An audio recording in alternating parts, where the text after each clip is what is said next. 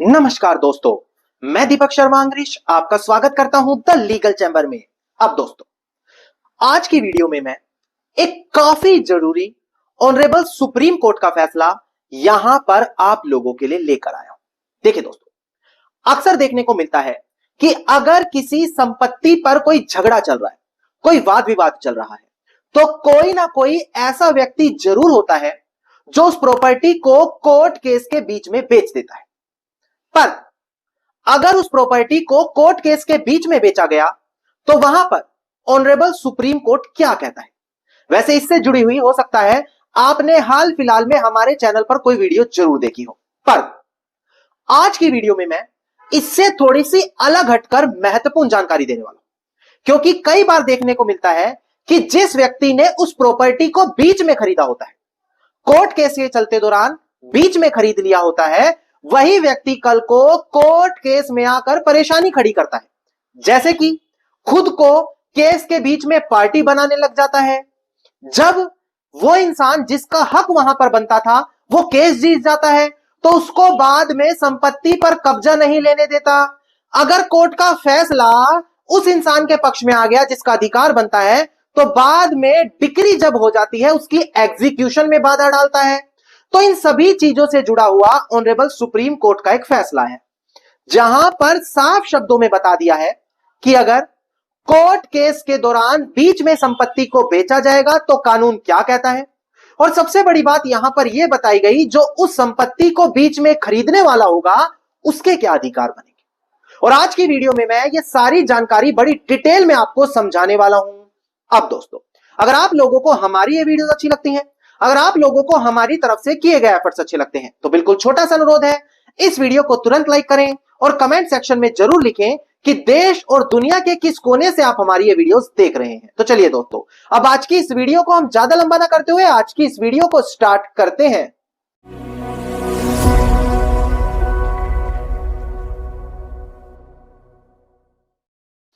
अब दोस्तों, आज की वीडियो में हम चर्चा करने वाले हैं डॉक्ट्रिन ऑफ लीज पेंडेंस, यानी कि अगर किसी संपत्ति को केस के बीच में बेचा जाता है तो कानूनी प्रावधान क्या कहते हैं। इसके अलावा हम बात करेंगे ऑर्डर 21 रूल 97 ऑफ सीपीसी 1908, यानी कि अगर कोर्ट ने आपके पक्ष में फैसला सुना दिया है और इसी बीच आप अगर संपत्ति पर कब्जा लेने जा रहे हैं और कोई व्यक्ति वहां पर आकर परेशानी खड़ी कर रहा है, तो आप क्या वहां पर अपने अधिकार पा सकते हैं। तो यह हर उस व्यक्ति के लिए जरूरी है जिसका कोर्ट से जुड़ा, कोर्ट के अंदर जमीनों को जुड़ा कोई झगड़ा चल रहा है, क्योंकि कल को जब आपके केस में फैसला आएगा तो इस प्रकार की दिक्कतें आप ना फेस करें, इसीलिए इसमें अभी अपडेट रहे। देखिए, सबसे पहले मैं आपको बता दूं कि अगर किसी कोर्ट केस के चलते हुए आपने वहां पर इंजंक्शन ऑर्डर नहीं लिया हुआ, इंजंक्शन मतलब अस्थायी निषेधाज्ञा अपने पक्ष में नहीं कराई हुई, तो कोई भी व्यक्ति उस संपत्ति को केस के बीच में बेच सकता है। और अगर उसको बीच में बेचा गया तो कानूनी प्रावधान कहते हैं कि उस सेल को हम एक्सेप्ट नहीं करेंगे। पर यहां पर बाद में ऑनरेबल सुप्रीम कोर्ट ने यह कहा कि देखो, अगर संपत्ति को बीच में बेच भी दिया गया तो इसका मतलब यह नहीं माना जाएगा कि वो जो डॉक्यूमेंट है, सेल डीड है, बैनामा है, उसको अवैध कर दो। जी नहीं, हां, जिसने वो संपत्ति खरीद ली है, जिसको सब्सिक्वेंट परचेजर बोला जाता है या ट्रांसफरी कहा जाता है, उसको कोर्ट का निर्णय मानना पड़ेगा। वो कल को मना नहीं कर सकता कि इसमें मेरी कोई गलती नहीं है, मुझे अलग से सुनो, मैं अलग केस डालूंगा। जी नहीं, आपने केस के बीच में खरीदी है, डॉक्ट्रिन ऑफ लीज पेंडेंस आपके ऊपर लागू हो रहा है और आपको कोर्ट का निर्णय मानना पड़ेगा, चाहे वो आपके पक्ष में आए या आपके खिलाफ आए। आप वहां पर section 19 close be specific relief act 1963 के बेनिफिट नहीं ले सकेंगे। वो क्या होता है? वो कहता है कि अगर आप बोनाफाइड परचेजर है, बोनाफाइड मतलब आपको धोखे से बेच दी, आपको नहीं पता था केस चल रहा है, तो वहां पर कोर्ट आपके राइट्स को प्रोटेक्ट करता है। पर लीज पेंडेंस के केसेस में यह माना जाता है कि आपको पता था तब भी आपने जानबूझकर खरीदी। अब अगर आप डॉक्ट्रिन ऑफ लीज पेंडेंस के बारे में जानना चाहते हैं तो ट्रांसफर ऑफ प्रॉपर्टी एक्ट के सेक्शन 52 को पढ़िएगा, वो इसी के बारे में बात कर रहा है। अब दोस्तों, मान लेते हैं आपने सालों साल तक केस लड़ा, कल को कोर्ट केस का निर्णय आपके पक्ष में आ गया। अब जैसे ही आप अपने फेवर में डिक्री की एग्जीक्यूशन करवाते हैं, मतलब जो आपके पक्ष में फैसला आया है उसको प्रैक्टिकली इंप्लीमेंट कराते हैं और इसी बीच कोई किराएदार आ जाता है, मैं नहीं कर रहा जमीन खाली, कोई तीसरा इंसान आ जाता है, मैंने खरीद ली, मेरा हक है, तो उनको कैसे रोका जाए? क्या उसके लिए पूरा केस शुरू से लड़े? जी नहीं दोस्तों।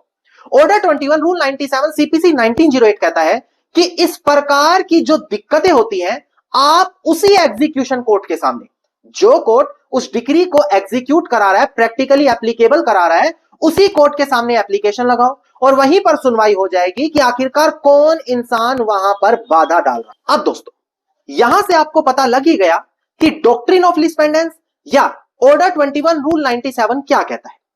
मैं आपको बता दूं कि टेम्पररी इंजंक्शन की कैसे अपनी संपत्ति पर स्टे लगाएं, इसके अलावा लीज पेंडेंस का कानून या और अलग सीपीसी के प्रोविजन हो गए, इनसे जुड़ा हुआ ऑनरेबल सुप्रीम कोर्ट समय समय पर काफी निर्णायक फैसले देता रहा है कि कब वैलिड माना जाता है, कब वैलिड नहीं माना जाता, कब डिक्री की एग्जीक्यूशन कराई जाती है, कैसे जल्दी से जल्दी केस का निपटारा हो। अनेकों ऑनरेबल सुप्रीम कोर्ट की जजमेंट आ चुकी है, पर आप लोगों तक कभी वो जजमेंट नहीं आ पाती। कारण, क्योंकि कोई भी प्रॉपर प्लेटफॉर्म आप लोगों के पास मौजूद ही नहीं। पर इसका समाधान लीगल चैंबर अब आप लोगों के लिए लेकर आ गया है। जी हां, लीगल चैंबर की टीम ने बनाया है वीआईपी व्हाट्सएप ग्रुप। ये एक ऐसा व्हाट्सएप ग्रुप है दोस्तों, जहां पर आप लोगों को हर एक लेटेस्ट और लैंडमार्क जजमेंट मिलने वाली है। सबसे पहले ध्यान दें, अगर आपको लेटेस्ट ऑनरेबल सुप्रीम कोर्ट की जजमेंट चाहिए या लैंडमार्क जजमेंट चाहिए हाई कोर्ट या ऑनरेबल सुप्रीम कोर्ट की, आप बेसिक कानूनों के बारे में और जानना चाहते हैं, वीडियो से रिलेटेड जजमेंट्स पाना चाहते हैं, तो ये सारी की सारी चीजें आपको इसी ग्रुप में मिलने वाली है। अगर आप किसी दूसरे लॉ पॉइंट पर जजमेंट पाना चाहते हैं, वो भी आपको इस ग्रुप में मिलने वाला है। नाउ, ध्यान देने वाली बात यह है, चाहे आप एक एडवोकेट हैं, एक लॉ स्टूडेंट हैं, एक कॉमन व्यक्ति हैं, या एक ऐसे इंसान है जिनका कोर्ट में केस चल रहा है, तो इन सभी लोगों के लिए यह ग्रुप काफी ज्यादा बेनिफिशियल है। अब ऑलरेडी इस ग्रुप में 410 से ज्यादा लोग ज्वाइन हो चुके हैं और जल्द ही 450 लोग हो जाएंगे। अगर आप भी इस ग्रुप में जुड़ना चाहते हैं, व्हाट्सएप में जुड़ना चाहते हैं, लीगल चैंबर परिवार का हिस्सा बनना चाहते हैं, तो मात्र 1000 रुपए आपको ज्वाइनिंग फीस देनी है, जो पूरे साल के लिए, ऐसा नहीं हर महीने देनी है, सिर्फ एक बार 1000 रुपए, और वो भी पूरे एक साल के लिए, जहां पर ये सारी सर्विसेज आपको मिल जाएगी। अब दोस्तों, ध्यान देने वाली बात यह है कि इन 1000 रुपए को अगर आप कैलकुलेट करें तो दिन के 2.5 रुपए बनते हैं और इतने बदले में ये सारी सर्विसेज मिल रही। तो अभी भी आप लोगों के पास मौका है, क्योंकि 450 लोग नहीं हुए, कि तुरंत वीडियो के डिस्क्रिप्शन में जाएं, नंबर मिलेगा, वहां पर जाकर वीआईपी ग्रुप जरूर ज्वाइन करें। हां, वो सिर्फ वीआईपी ग्रुप का नंबर है दोस्तों। ना, यहां पर अब हम जो बिल्कुल लेटेस्ट निर्णय आया है ऑनरेबल सुप्रीम कोर्ट का, इसके ऊपर चर्चा कर लेते हैं। एक बार डिस्प्ले पर देखकर ध्यान दीजिएगा आप। देखिए, केस टाइटल है अलका श्रीरंग छावन एंड अनदर, जो अपीलियंट है, versus Hemchandra Rajaram Bhosale and others, जो यहां पर रिस्पोंडेंट है। इसका एसएलपी सिविल नंबर है 27660/2025 और सबसे बड़ी बात, यहां पर 12 जनवरी 2026 का हमारा ये फैसला है। नाउ दोस्तों, यहां पर जो इस ऑनरेबल सुप्रीम कोर्ट के फैसले के अंदर रिस्पोंडेंट है, उसने बहुत सालों पहले, साल 1972 के आसपास, एक एग्रीमेंट टू सेल किया और प्रॉपर्टी खरीदने के लिए इच्छुक हुआ। यहां पर ध्यान देने वाली बात यह है कि वहां पर जो संपत्ति को बेच रहा था, उसने उस व्यक्ति को, जो यहां पर रिस्पोंडेंट है, प्रॉपर्टी देने से मना कर दिया। ऐसे केसेस में क्या होता है, सूट फॉर स्पेसिफिक परफॉर्मेंस डालकर कोर्ट से रजिस्ट्री कराई जाती है। उस व्यक्ति ने कोर्ट में सूट फॉर स्पेसिफिक परफॉर्मेंस डाला और अपने फेवर में कोर्ट का निर्णय ले लिया। कोर्ट ने कहा कि इसके पक्ष में रजिस्ट्री कराई जाए। नो, यहां पर बाद में कमीशन अपॉइंट हुई, क्योंकि वो जो विक्रेता था वो रजिस्ट्री कराने नहीं आ रहा था। इसी बीच जब कोर्ट की डिक्री इस खरीदार के पक्ष में हो गई, तो वो जमीन पर अपना कब्जा लेने चला। तो पता लगा कि ये प्रॉपर्टी तो किसी और को केस के बीच में बेच दी गई है, जो सेक्शन 54 लग गया, डॉक्ट्रिन ऑफ लीज पेंडेंस, जो मैंने बताया था कि केस के बीच में बेचोगे तो लीज पेंडेंस लग जाएगा। तो केस के बीच में प्रॉपर्टी बेच दी गई, वो कब्जा नहीं लेने दे रहा, वो मना कर रहा है, भाई मेरा राइट बनता है, मैं तो नहीं दूंगा। अब यहां पर उसको लेकर झगड़ा चल रहा है। वहां पर ऑर्डर 21 रूल 97 में एक एप्लीकेशन लगाई, किसने? संपत्ति ने, जिसने कोर्ट का फैसला आ गया जिसके पक्ष में। उसने कहा कि देखो, मेरे पक्ष में डिक्री है और ये मुझे कब्जा नहीं लेने दे रहा। तो यहां पर ऑनरेबल सुप्रीम कोर्ट ने कहा कि देखो, अगर आप संपत्ति को केस के बीच में क्या कर रहे हैं, खरीद रहे हैं, तो आपको भी कोर्ट का निर्णय मानना पड़ेगा, आपका अलग से कोई अधिकार नहीं बनेगा। और आप बाद में एग्जीक्यूशन के दौरान, जब डिक्री को इंप्लीमेंट कराया जा रहा हो फिजिकली तरीके से, प्रैक्टिकली तरीके से, आप बाधाएं पैदा नहीं कर सकते। जो सब्सिक्वेंट परचेजर है, केस के बीच में खरीद रहा है, उसकी हम डिक्री के एग्जीक्यूशन के दौरान कोई भी सुनवाई नहीं करेंगे। डिस्प्ले पर देखकर ध्यान दीजिएगा आप दोस्तों। यहां पर ऑनरेबल सुप्रीम कोर्ट ने दोबारा से इस बात को दोहराया कि कोई भी जो संपत्ति का खरीदार है, उन्होंने जो प्रॉपर्टी एक्वायर की है, कब?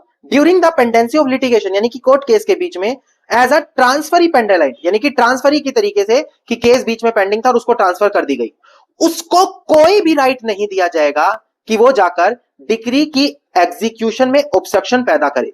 कारण? क्योंकि जो भी केस का आउटकम आया है, यानी कि फैसला आया है, वो उसको भी मानना पड़ेगा। वो ये नहीं कह सकता कि मेरी क्या गलती है, मैंने तो बाद में खरीदी, मेरे अलग अधिकार है। जी नहीं, उसको भी जो कोर्ट केस का निर्णय आया है वो मानना पड़ेगा।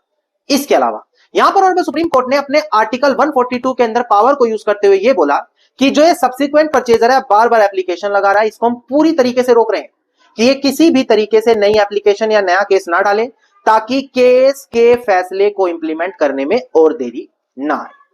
धन्यवाद दोस्तों। उम्मीद करता हूं वीडियो में मिली जानकारी आप लोगों के लिए बेहद ज्यादा लाभदायक साबित होगी। वीडियो में मिली जानकारी अगर आपको अच्छी लगी तो वीडियो को लाइक, शेयर और कमेंट जरूर कीजिएगा। वीडियो से जुड़ा अगर आपका कोई क्वेश्चन है तो मुझे आप कमेंट सेक्शन में लिख सकते हैं। इसके अलावा वीडियो में बताई गई जजमेंट की अगर आप कॉपी पाना चाहते हैं तो वीडियो के डिस्क्रिप्शन में वीआईपी ग्रुप का नंबर है, वहां पर जाकर व्हाट्सएप ग्रुप ज्वाइन करें, आपको जजमेंट्स की कॉपी वहां मिल जाएगी। और अगर आप इसी प्रकार की हर महत्वपूर्ण जानकारी पाना चाहते हैं तो चैनल को तुरंत सब्सक्राइब करते हुए नोटिफिकेशन बेल आइकन आप जरूर दबा दें।